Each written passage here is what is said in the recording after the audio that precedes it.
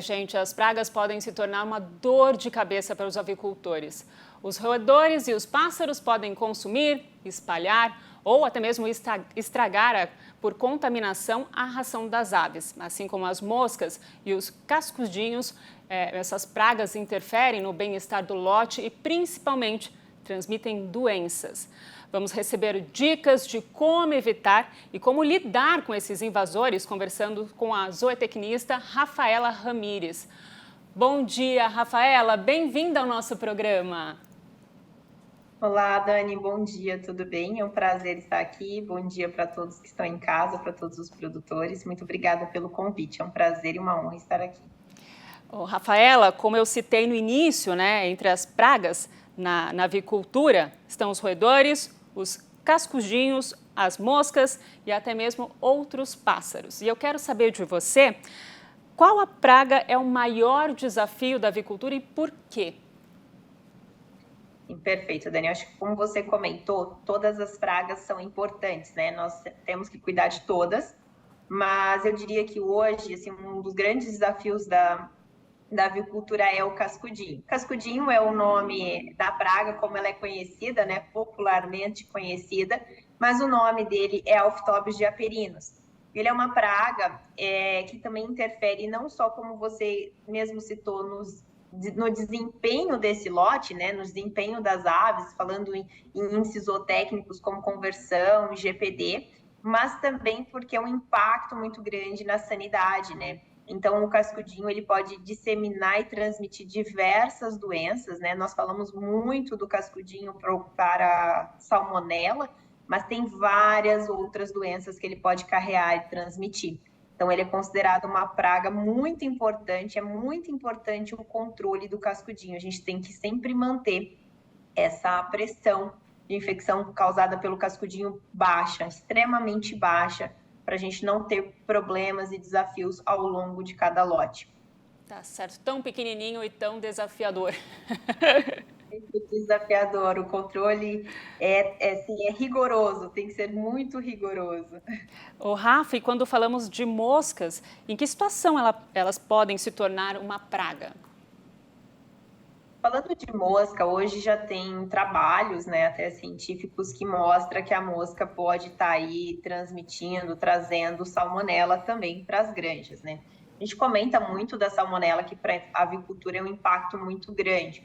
E as moscas, eu até acredito que, falando um pouco em formas de controle, ela seria um pouco mais fácil, né, pensando em controle, porque está muito associado à compostagem. Então, uma boa compostagem, um bom manejo, os cuidados com a cama dos lotes, acaba evitando a mosca. E a mosca ela tem um ciclo de vida um pouco mais curto, né? Até como quando a gente olha um pouco para o cascudinho, né? Pensando no cascudinho, você às vezes consegue controlar, mas muitos migram e voltam e reinfestam. A mosca seria um pouco diferente, mas a gente tem que cuidar dessa compostagem para evitar que essas moscas se acumulem e você tenha uma infestação alta de mosca, porque a gente sabe que ela também pode trazer problemas aí sanitários para a granja.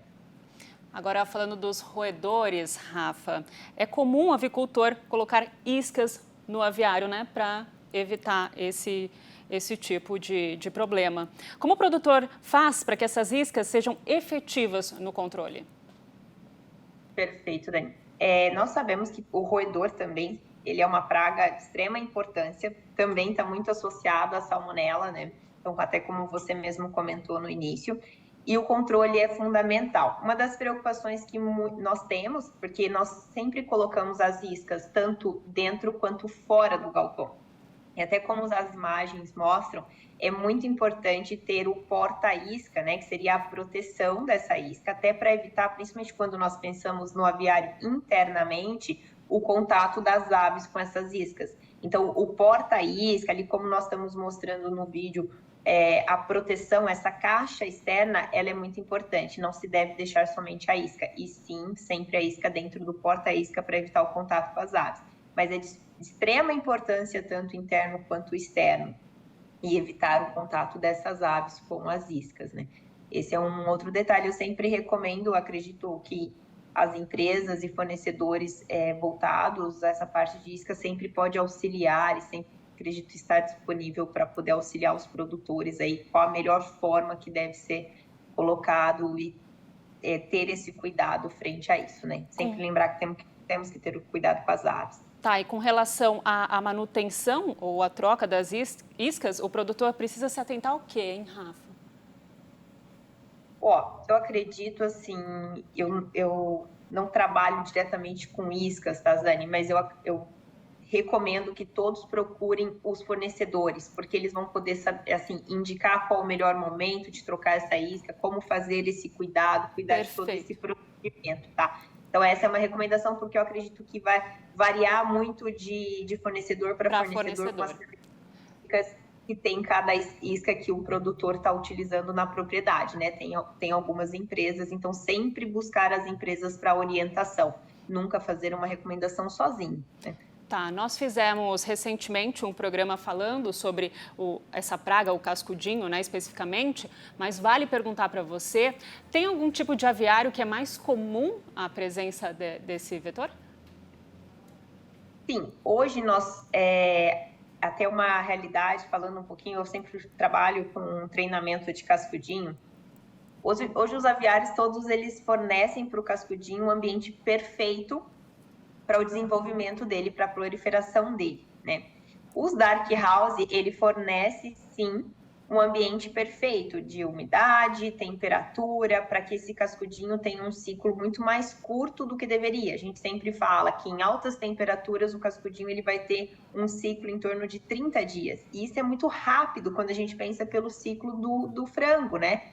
Então, é muito importante. Mas a gente não pode esquecer os aviários também, principalmente os modelos mais antigos, onde a gente tem chão batido, né, o chão de terra, porque pela característica do cascudinho, ele tende a se esconder em galerias. E quando é terra, isso é mais fácil para ele quando é cimento. Mas também a gente sabe que as instalações têm suas dificuldades e o cimento também tem frestas, tem algumas rachaduras onde o cascudinho pode se esconder. E isso é muito importante, principalmente se atentar a isso, dessas características da praga, para o controle dela nos intervalos dos lotes. Então, sempre se atentar, mas o Dark House tende a ter uma infestação, às vezes, um pouco maior atualmente. Tá certo. Rafaela, muito obrigada, viu, por esclarecer aqui as nossas dúvidas e eu te espero aqui no programa mais vezes. Até mais, bom dia. Obrigada, Dani, bom dia. Tchau, tchau. Tchau, tchau.